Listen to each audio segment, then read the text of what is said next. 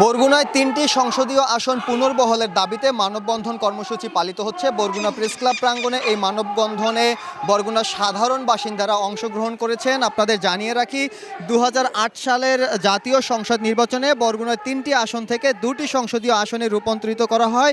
এর ফলে কিন্তু বরগুনার উন্নয়ন বাধাগ্রস্ত হয়। আমরা স্থানীয়দের সঙ্গে কথা বলে জেনেছি, বরগুনা জেলার উপর দিয়ে খরস্রোতা দুটি নদী প্রবাহিত হয়েছে, পায়রা এবং বিষখালী নদী, যা বাংলাদেশে বিরল। একই জেলার উপর দিয়ে একসঙ্গে এরকম দুটি নদী প্রবাহিত হওয়ার মতো জেলা আর কোথাও নেই। তো এ কারণে ৩টি সংসদীয় আসন থেকে 2টি সংসদীয় আসনে রূপান্তরিত করায় বরগুনার বাসিন্দারা বেশ ভোগান্তিতে পড়েন।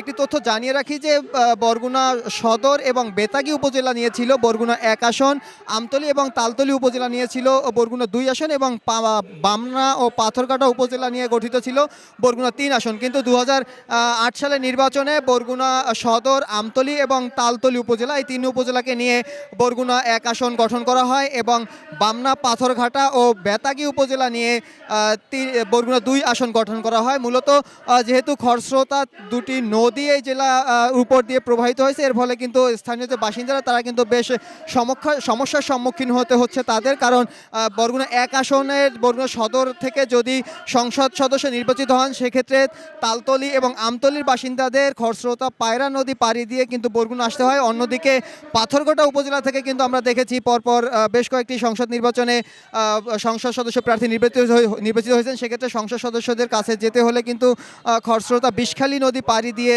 সেখানে যেতে হতো। এর ফলে কিন্তু বরগুনার বাসিন্দারা বেশ ভোগান্তিতে পড়েছেন। পাশাপাশি বরগুনার উন্নয়নও বাধাগ্রস্ত হয়েছে। এর কারণ হচ্ছে বরগুনায় যখন 3টি সংসদীয় আসন ছিল, তখন কিন্তু এ জেলায় 3 জন সংসদ সদস্যের বরাদ্দ পেত। কিন্তু এখান থেকে যখন 2টি সংসদীয় আসনে রূপান্তরিত করা হয়, তখন কিন্তু বরাদ্দের পরিমাণ কমে যায় এবং সেখানে 2 জন সংসদ সদস্যের বরাদ্দ এখানে আসে। এর ফলে কিন্তু বরগুনার উন্নয়ন বাধাগ্রস্ত হয়। আপনাদের জানিয়ে রাখি যে বরগুনা ভৌগোলিক কারণে একটি পশ্চাৎপদ জেলা। এ জেলায় এখন পর্যন্ত কোনো শিল্প কলকারখানা গড়ে ওঠেনি।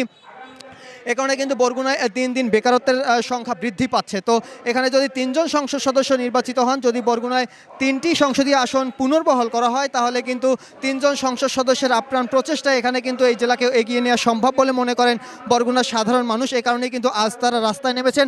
এর আগে কিন্তু গতকাল বরগুনার তালতলীতেও 3টি সংসদীয় আসন পুনর্বহালের দাবিতে মানববন্ধন হয়েছে। এছাড়া ঢাকায় জাতীয় প্রেস ক্লাবের সামনেও কিন্তু মানববন্ধন কর্মসূচি পালিত হচ্ছে। আপনাদের জানিয়ে রাখি যে আগামীকাল 25 আগস্ট নির্বাচন কমিশনে বরগুনার 3টি আসন পুনর্বহালের যে দাবি উঠেছে, সেই দাবির বিবেচনার জন্য শুনানি অনুষ্ঠিত হবে। মূলত সেই শুনানিতে বরগুনার 3টি আসন বাস্তবায়নের যে জোরালো দাবি উঠেছে, সেই দাবিটি যাতে পুনর্বিবেচনা করা হয়, সেই কারণেই কিন্তু এই মুহূর্তে বরগুনার প্রেস ক্লাব প্রাঙ্গণে মানববন্ধন কর্মসূচি পালিত হচ্ছে এবং এই মানববন্ধন কর্মসূচিতে বরগুনার সামাজিক, সাংস্কৃতিক, রাজনৈতিক ব্যক্তিবর্গ সহ সাধারণ মানুষও কিন্তু অংশগ্রহণ করেছেন এবং তারা কিন্তু একটি দাবি তুলেছেন যে বরগুনার যে 3টি সংসদীয় আসন ছিল, সেই 3টি সংসদীয় আসন যাতে পুনর্বহাল করে বরগুনার পূর্বের মতো সংসদীয় আসনগুলো পুনর্বিন্যাস করা হয়, এটি কিন্তু এখানে জোর দাবি জানানো হচ্ছে। এবং তারা বলছেন যদি বরগুনার 3টি আসন পুনর্বহাল করা হয়, তাহলে এই জায়গা পশ্চাৎপদ এই জেলা এগিয়ে যেতে সহায়ক হবে।